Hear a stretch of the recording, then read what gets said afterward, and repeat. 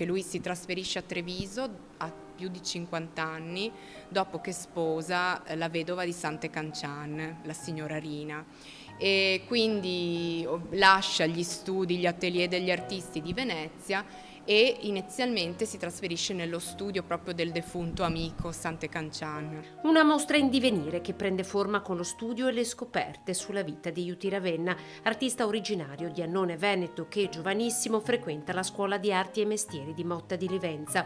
La primissima formazione, la vita veneziana con gli studi e poi la sua Treviso di acque e botteghe. Nei suoi dipinti c'è la campagna trevigiana. Juti Ravenna è proprio una grande scoperta, un artista straordinario che viene presentato al pubblico dopo Arturo Martini. Sta alla pari di Arturo Martini, ne è un contemporaneo, un coetaneo, ma soprattutto è un grande colorista, un artista che vede e interpreta in maniera tutta personale artisti del calibro di De Chirico, Modigliani, Cézanne. Ritratti, nature morte e l'inedita produzione sacra, oltre 100 opere pittoriche, disegni, bozzetti, acquarelli, documenti e foto d'epoca in mostra al Bailo.